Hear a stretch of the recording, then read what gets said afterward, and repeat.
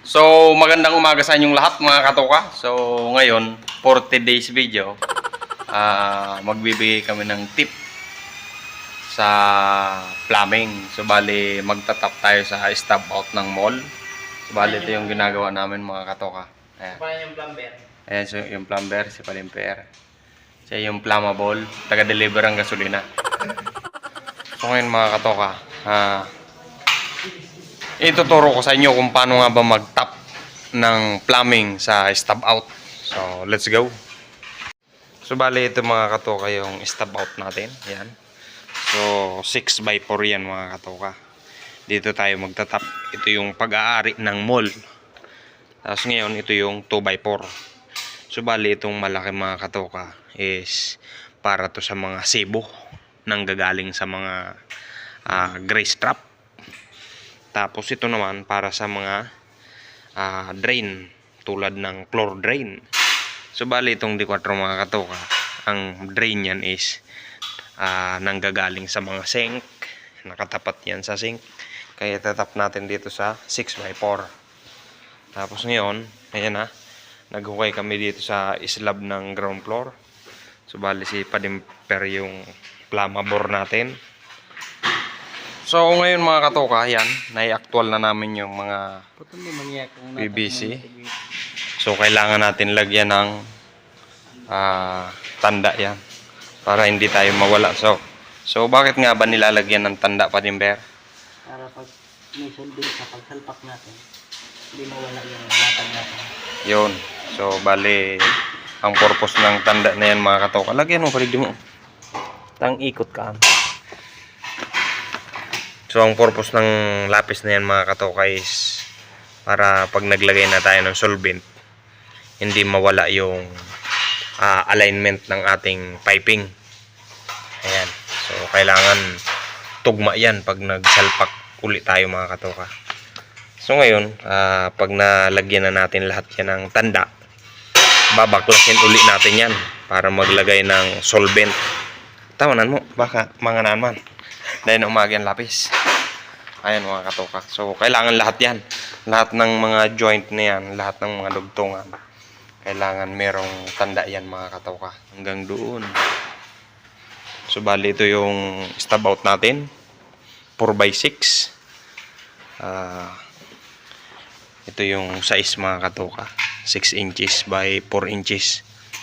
So, ngayon, yung main natin is 6 inches.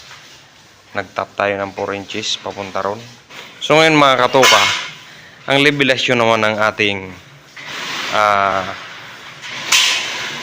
piping is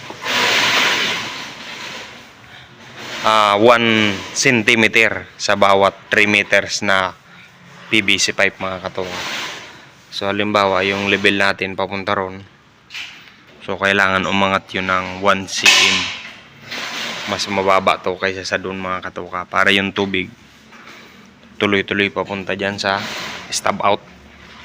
So ayun na mga katoka, ayan, done na yan.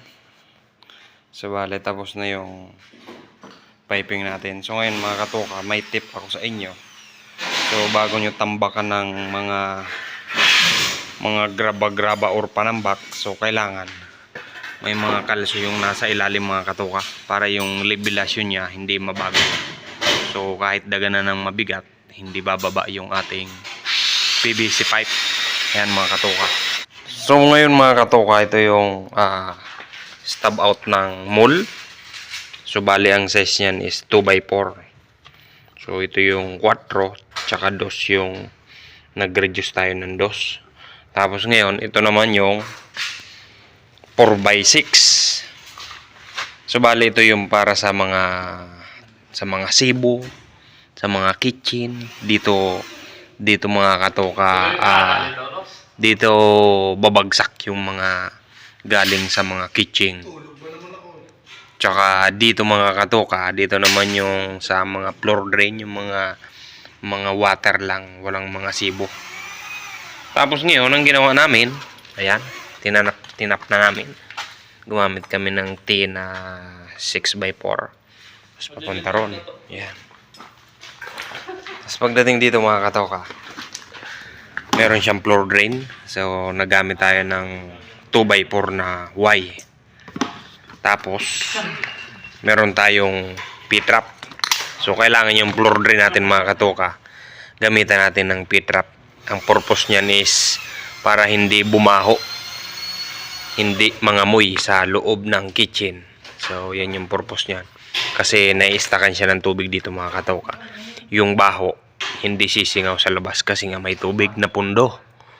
Tapos ngayon, pagdating naman dito sa mga kantuhan, kailangan gagamit tayo ng elbow na 1/8 bend or 45 degree.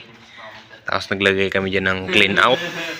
So bali dito yung isang 1/8 bend, tsaka doon din yung isa. So ganyan yan mga katoka. Para yung kung may mga solid man, tuloy-tuloy, hindi babangga. So ganyan yung setup ng ating plumbing mga katoka. Yan. Papunta rito. Tapos ngayon ito, floor din pa rin yan. So bali 3 floor din yan mga katoka. So ito yung preparation area ng Suskupi. Yun yung ginagawa namin ngayon mga katoka. Shout out kay Suskupi. Tapos bali dito sa loob, meron dito ito yung loob mga katoka is storage area to. Meron ditong ice machine. So bali naglagay din tayo ng isang floor drain. So bali kinapos tayo sa tubo kaya hindi natin natapos ngayon. Tapos naglagay din tayo ng clean out dito. So ngayon mga katoka, ang purpose ng clean out para pag may bumara, dito magsusundot sa clean out. So pagdating sa kantuhan, kailangan meron din tayong clean out para mabilis ang pagsundot-sundot mga katoka. Yan. So pagdating dito sa stub out, kailangan may clean out pa rin. Ayan. So bali 3 yung clean out dito mga katoka. Tapos yung linya na to is doon yan papunta sa storage room sa may floor drain.